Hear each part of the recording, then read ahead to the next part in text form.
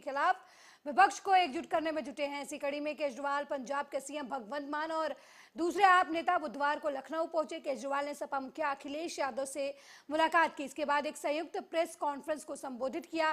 केंद्र के अध्यादेश के खिलाफ केजरीवाल को समाजवादी पार्टी का भी साथ मिल गया। संयुक्त प्रेस कॉन्फ्रेंस में सपा अध्यक्ष अखिलेश यादव ने दिल्ली के अध्यादेश को एंटी डेमोक्रेटिक बताते हुए आम आदमी पार्टी को पूर्ण समर्थन का ऐलान किया। अध्यादेश जब संसद के अंदर आएगा तो संसद में, लोकसभा में तो बीजेपी की मेजॉरिटी है, लेकिन राज्यसभा के अंदर बीजेपी के मेजॉरिटी नहीं है। 238 में से 93 केवल बीजेपी के हैं।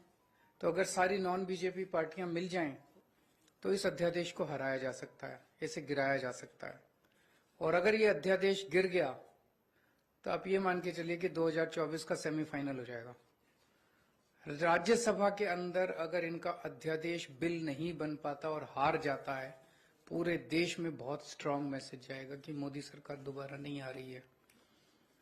मेरी अभी इसमें काफी विस्तार से चर्चा हुई माननीय अखिलेश जी से, और मैं तहे दिल से उनका शुक्रिया अदा करता हूं। दिल्ली के लोगों की तरफ से, दिल्ली के 2 करोड़ लोगों की तरफ से अखिलेश जी का और उनकी समाजवादी पार्टी का मैं शुक्रिया अदा करता हूं कि उन्होंने हमें पूरा आश्वासन दिया है कि राज्यसभा के अंदर जब आएगा तो पूरे समर्थन करेंगे दिल्ली वालों का और इसका विरोध करेंगे। मैं उनको भरोसा दिलाता हूं कि दिल्ली का अध्यादेश जो आया है वो एंटी डेमोक्रेटिक है। इस ऑर्डिनेंस की जो सोच है वो एंटी डेमोक्रेटिक है। मैं आपको भरोसा दिलाता हूं कि समाजवादी पार्टी का पूरा साथ आपके साथ है। साथ ही साथ जो आप अच्छा काम कर रहे हैं शिक्षा के क्षेत्र में, स्वास्थ्य के क्षेत्र में, वो भारतीय जनता पार्टी को रास नहीं आ रहा। अच्छे काम को बिगाड़ने का काम देश में अगर कोई काम कर रहा है तो वो भारतीय जनता पार्टी है। और आपके अच्छे काम को और अच्छी सोच को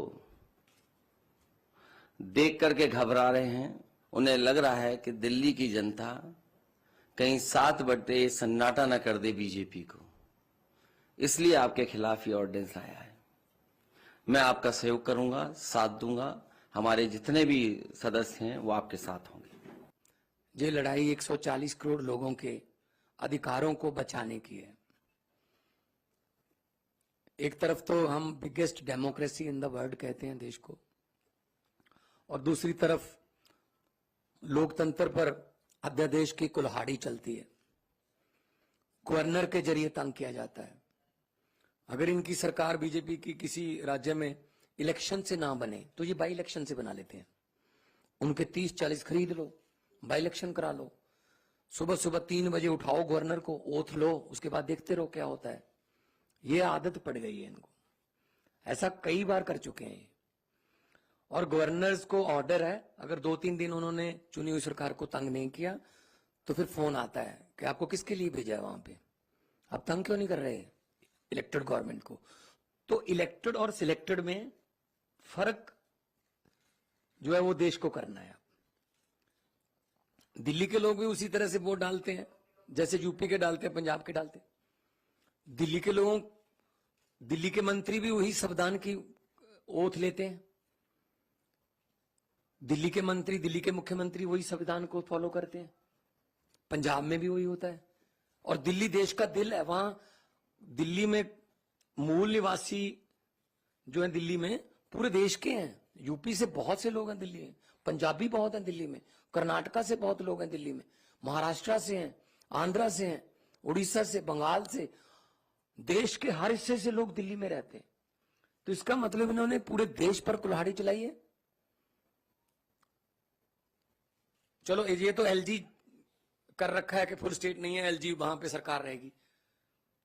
फुल स्टेट को कौन सा काम करने देते हैं। मैं अपनी एग्जांपल देता हूं।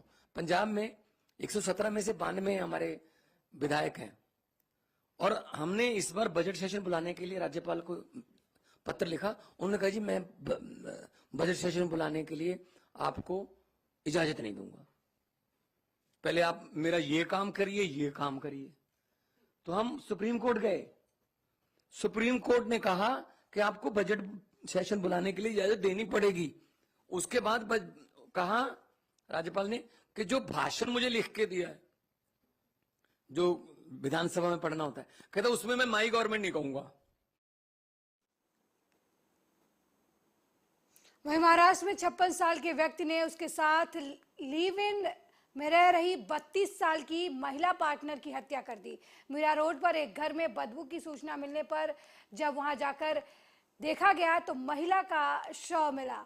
आपको बता दें कि बेहद भयावह तरीके से 56 साल के लिव इन पार्टनर ने महिला की हत्या कर दी। जांच में पता चला कि मनोज और सरस्वती यहाँ लिव इन में रहते थे। मनोज ने पेड़ काटने की आरी से महिला के टुकड़े किए और फिर उन्हें कुकर में उबालकर प्लास्टिक के बैग में भर देता था। हत्या का मुकदमा फिलहाल दर्ज किया गया है और आरोपी को गिरफ्तार भी किया गया है।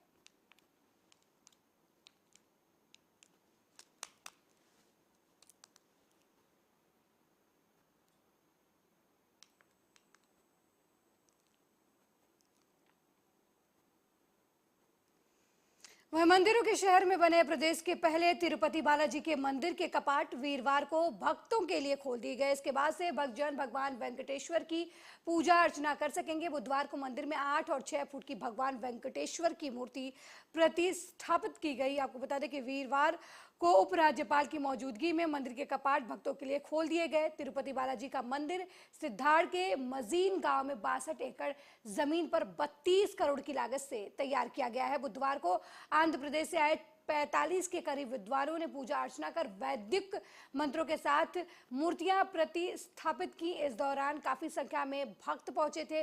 वीरवार को होने वाले धार्मिक कार्यक्रम के लिए मंदिर को रंग बिरंगे फूलों और लाइट से सजाया गया है।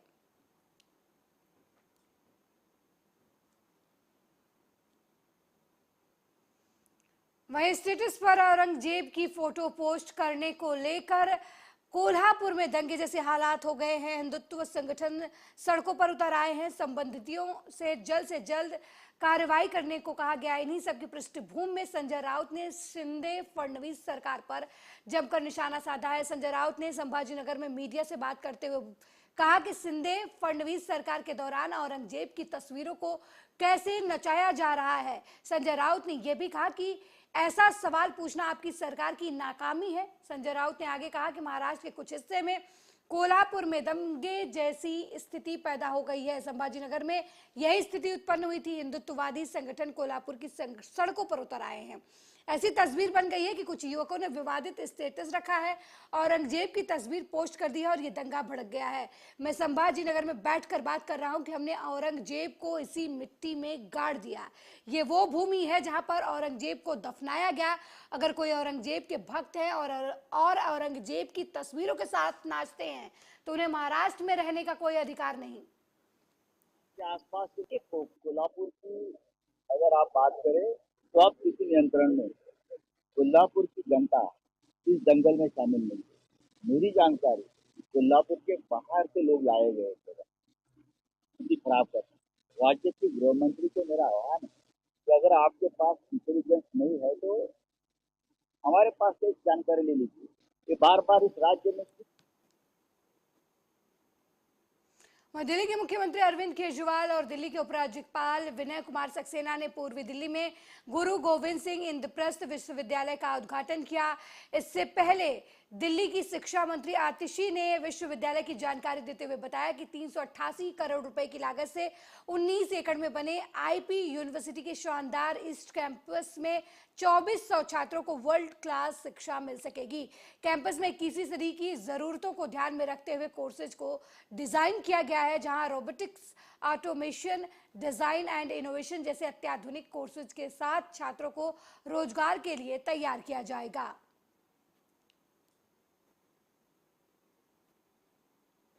वहीं उत्तर प्रदेश के मुख्यमंत्री योगी आदित्यनाथ ने king George medical university trauma centre का दौरा किया और लखनऊ कोर्ट के फायरिंग में घायल पीड़ितों से मुलाकात की। लखनऊ के कैसरबाग कोर्ट में बुधवार दोपहर पेशी पर आए बदमाश संजीव महेश्वरी उर्फ जीवा की गोली मारकर हत्या कर दी गई थी। जीवा मुख्तार अंसारी गैंग का शूटर था। हमलावर वकील की ड्रेस में आया था। उसने दोपहर 3:50 पर 9 mm की पिस्टल से कोर्ट रूम में 5 से 6 राउंड फायरिंग की। हमले में जीवा की मौके पर ही मौत हो गई थी। हालांकि इस फायरिंग में बच्ची, उसकी मां और 2 पुलिसकर्मी घायल हो गए थे, जिनका हाल चाल जानने सीएम योगी आदित्यनाथ अस्पताल पहुंचे थे।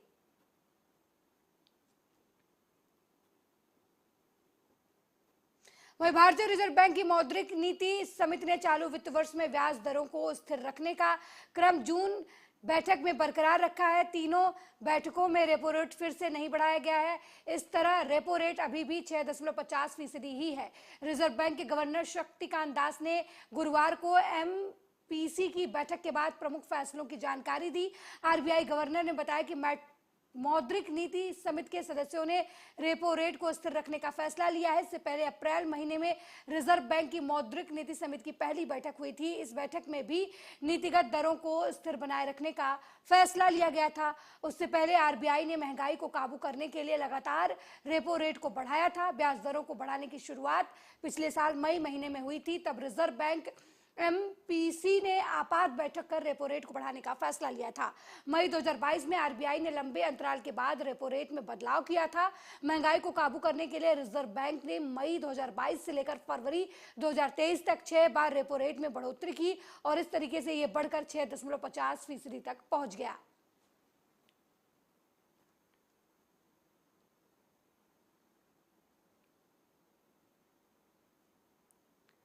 वहीं राजस्थान के सीएम अशोक गहलोत ने विपक्ष पर जमकर हमला किया है। विपक्ष पर हमला करते हुए सीएम गहलोत ने कहा, विपक्ष ने 4.5 साल तक निकम्मापन दिखाया है। उन्होंने विपक्ष की जो भूमिका अदा करनी चाहिए थी वो भी अदा नहीं की। इन्होंने कुछ किया ही नहीं, खाली टाइम पास किया है। एक आंदोलन खड़ा नहीं कर पाए। अब चुनाव आ गया है तो कह रहे हैं कि पेपर लीक हो गया। जिस बातों में कोई दम नहीं। चुनाव के मौके पर आप ईडी को लेकर हमें डराते हैं तो हम डरने वाले नहीं हैं। ये जो बार बार ये हमारे विपक्ष के लोग उठाते हैं, इनके बाद तो कोई 4-4.5 साल में इतने निकम्मापन दिखाया इन लोगों ने। इन्होंने जो है जो भूमिका अदा करनी चाहिए थी विपक्ष की वो भी नहीं करी इन्होंने। अगर करते हमें खुशी होती, क्योंकि हम तो उनसे सीख लेते। अगर कोई आलोचना करता है हमारी, हम तो उसे सीखते हैं, समझते हैं, क्योंकि लोकतंत्र है। आलोचना की बर्दाश्त करने की क्षमता होनी चाहिए सत्ता पक्ष को। हम उनमें अगर मान लो तथ्य है, सच्चाई है, उनको ग्रहण करके हम लोग पब्लिक इंटरेस्ट में फैसला कर लेते हैं। इन्होंने कुछ किया ही नहीं, खाली टाइम पास किया है। एक आंदोलन खड़ा नहीं कर पाए हैं। अब चुनाव आ गया तो अंदर प्रचार कर रहे हैं, पेपर लीक हो गया, वो इश्यू बनाने की कोशिश कर रहे हैं। कोई दम नहीं उन बातों के अंदर। इसलिए मैंने कहा कि ये जो हमने देखिए, आप हमने खुद ने कहा है, RPSC मेंबर था, एक व्यू बना कि साहब रिटायरमेंट ले ले, इस्तीफा दे, उसके बाद में अरेस्ट कर रहे हैं। हमने कहा क्यों? RPS मेंबर रहते अरेस्ट करो, कोई बदमाशी की बात नहीं है। सच्चाई सच्चाई होती है। सच्चाई का दुनिया में कोई विकल्प नहीं होता है। सत्य ईश्वर है, जो गांधी जी ने कहा था, हम तो उसमें बिलीव करते हैं। हमने कहा उनको मेंबर रहते अरेस्ट करो। SOG ने बीजेपी के राष्ट्रीय उपाध्यक्ष राज्यसभा सांसद अविनाश राय खन्ना अयोध्या पहुंचे। यहां पर पहुंचकर उन्होंने सबसे पहले रामलला और हनुमानगढ़ी का दर्शन पूजन किया। फिर उसके बाद चल रहे निर्माणाधीन कार्यों का निरीक्षण किया। उन्होंने अयोध्या धाम रेलवे स्टेशन, निर्माणाधीन श्री राम एयरपोर्ट और गुप्तार घाट का निरीक्षण किया। इसके बाद गुप्तार घाट पर माता सरयू के जल से आचमन किया। निरीक्षण करने के बाद राष्ट्रीय उपाध्यक्ष अविनाश राय खन्ना ने धर्म परिवर्तन को लेकर कहा कि धर्म परिवर्तन के लिए सरकारें हमारी कानून भी बना रही हैं, लेकिन जनता से अपील करूंगा, संविधान सबको एक हक देता है, जबरदस्ती करने का किसी को हक नहीं है। वहीं 9 और 10 जून को नैमिषारण्य में आयोजित सपा के 2 दिवसीय सॉफ्ट धर्म कार्यशाला पर बोले अविनाश राय खन्ना। उन्होंने कहा कि उनको धर्म याद आया, अच्छी बात है। यह अयोध्या वासियों के लोगों की ताकत है। जो लोग धर्म को पाप समझते थे, जो धर्म को लोग अछूत समझते थे, वो भी धर्म संसद कर रहे हैं। इसका मतलब लोगों में जागृति आई है। देखिए, धर्म परिवर्तन के लिए कई जगह सरकारें हमारी कानून भी बन रहे हैं, लेकिन मैं अपने जनता से, लोगों से अपील करूंगा कि संविधान सबको एक हक देता है। जबरदस्ती करने का किसी को हक नहीं देता। धर्म संसद कर रहे हैं, चलो उनको धर्म याद आया, ये बड़ी बात। कम से कम उनको धर्म याद आया। ये आप लोगों की, अयोध्या वासियों की, जो लोगों की ताकत है कि इन लोगों को, जो धर्म को एक पाप समझते थे, जो धर्म को एक अशुभ समझते थे, आज वो भी धर्म संसद करने लगे। वहीं योगी सरकार के निर्देशों के बावजूद भी स्वास्थ्य विभाग के कर्मचारी सुधरने का नाम नहीं ले रहे हैं। प्रमाण पत्र देने के नाम पर अब रिश्वत लेने का स्वास्थ्यकर्मी का वीडियो सोशल मीडिया पर वायरल हो रहा है। वीडियो में बछरावा क्षेत्र में राजकीय पशु चिकित्सालय में तैनात पशु चिकित्सा अधिकारी प्रमाण पत्र बनाने के लिए रिश्वत लेते हुए नजर आ रहे हैं, जिसका वीडियो अब सोशल मीडिया पर वायरल हो रहा है। वायरल वीडियो होते ही जिला प्रशासन में हड़कंप मच गया। यह वीडियो कुछ दिन पुराना बताया जा रहा है, लेकिन विभाग के कर्मचारी जिस तरीके से मुख्यमंत्री के भ्रष्टाचार के जीरो टॉलरेंस अभियान की धज्जियां उड़ा रहे हैं, वो निश्चित चिंता का विषय है।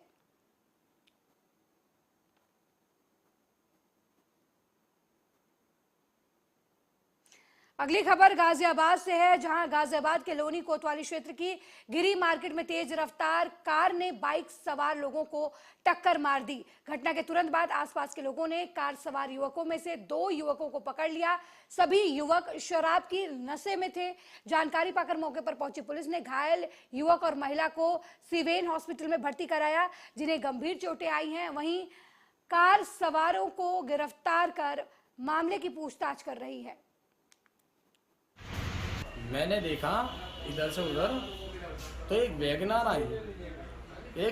आई, मैंने वहाँ से देखा इतनी तेज आई वैगनार, और हमारी माँ जी हैं और हमारे भैया जी हैं, ये आ रहे थे बाइक से, बड़ी मंदी स्पीड से थे। वहाँ पे जूस वाले के वहाँ पे ये गवाएं चीज़ करिए, जो बता देंगे वहाँ पे, ठीक है। और वो वैगनार वाला आया है, उन्होंने एकदम इतनी तक की टक्कर मारी उसको, और वो बाइक उछल के ये अलग गए और हम वहीं पे खड़े रहे। हमने वो वैगनार वाला पकड़ने की कोशिश करी तो वो वैगनार वाला भाग गया। तो मैंने जब उसे पकड़ा है तो मैंने उसकी चाबी निकाली, तो चाबी निकाली, वो कहना लगा भैया चाबी किस पे है। मैंने कहा चाबी। वहीं उत्तर प्रदेश के मुरादाबाद में एक महिला ने एक मौलाना पर पहले प्रेम जाल में फंसाकर उसके साथ जबरन बलात्कार करने, गर्भवती होने पर धर्म परिवर्तन कराकर निकाह करने का आरोप लगाने के साथ मौलाना के 3 सगे भाइयों और 2 बहनोइयों के खिलाफ भी बलात्कार के आरोप में मामला दर्ज कराया है। पुलिस ने महिला की तहरीर पर मामला दर्ज करते हुए आरोपी मौलाना निजामुद्दीन को गिरफ्तार कर जेल भेज दिया है। कल एक प्रार्थना पत्र हमें प्राप्त हुआ। हमारे ऑफिस में एक महिला आई, उसने कहा कि वो ऑलरेडी शादीशुदा थी पहले, और 2016 में वो एक निज़ामुद्दीन नाम के व्यक्ति मौलाना के संपर्क में आई, और संपर्क में आने के बाद उसने उसको बहलाया फुसलाया और उसके साथ संबंध बनाए। जब वो गर्भ से हो गई तो उससे ज़बरन उसका धर्मांतरण करा के उससे शादी कर ली। हमने एप्लीकेशन प्राप्त होने पर हमने तुरंत एसएचओ को कार्रवाई करने के लिए कहा। इसमें मुकदमा पंजीकृत कर लिया गया है और उस व्यक्ति का जिस पे इन्होंने आरोप लगाया उसको हमने गिरफ्तार कर लिया है।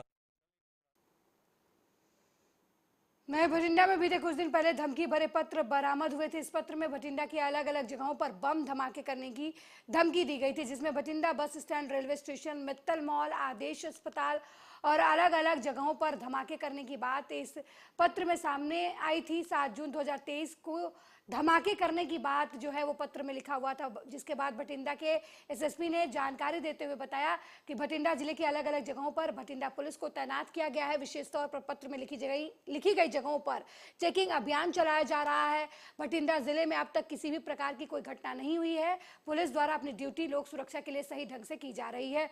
लोगों से अपील की जा रही है कि अगर कोई शरारती तत्व ऐसी घटना को अंजाम देने की कोशिश करता हुआ नजर आता है तो उसकी सूचना तुरंत पुलिस को दी जाए।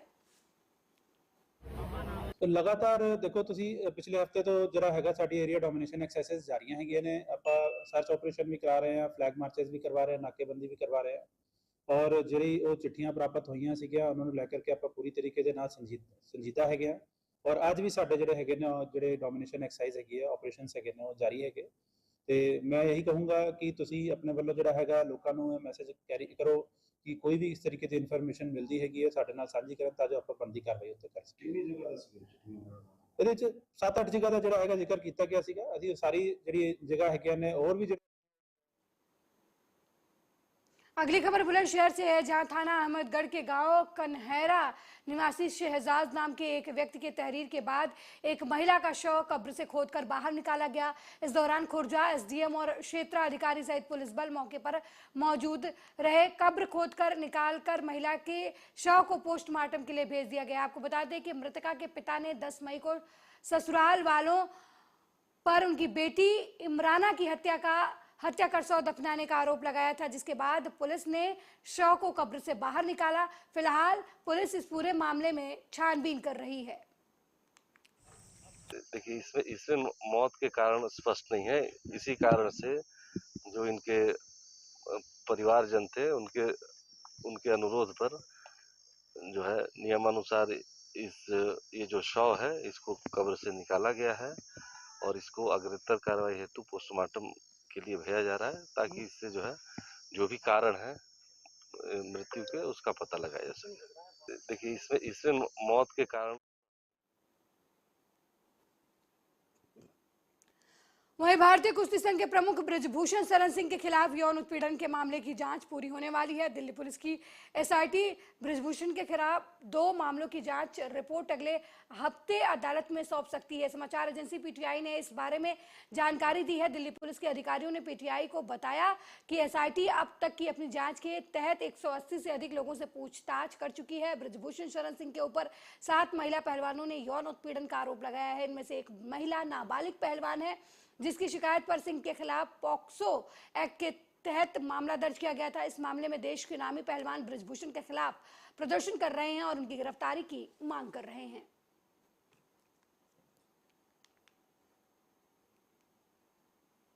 सर से उसी के पास ही खबर है।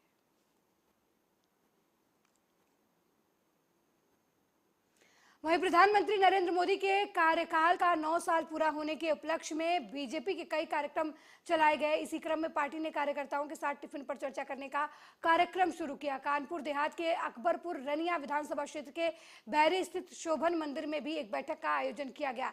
बैठक में मुख्य अतिथि के रूप में उपस्थित उत्तर प्रदेश सरकार की राज्य मंत्री प्रतिभा शुक्ला भी एक सामान्य कार्यकर्ता की भांति अपना टिफिन लेकर आई थी और उन्होंने सभी कार्यकर्ताओं के साथ टिफिन बॉक्स में रखे खाने को एक दूसरे के साथ मिल बांट कर खाया। साथ ही पीएम मोदी के 9 साल पूरे होने पर चलाई जा रही योजनाओं सहित दूसरी चीजों को लेकर टिफिन कार्यक्रम में चर्चा की। इस मौके पर पूर्व सांसद अनिल शुक्ला, वारसी सहित सैकड़ों कार्यकर्ता मौजूद रहे।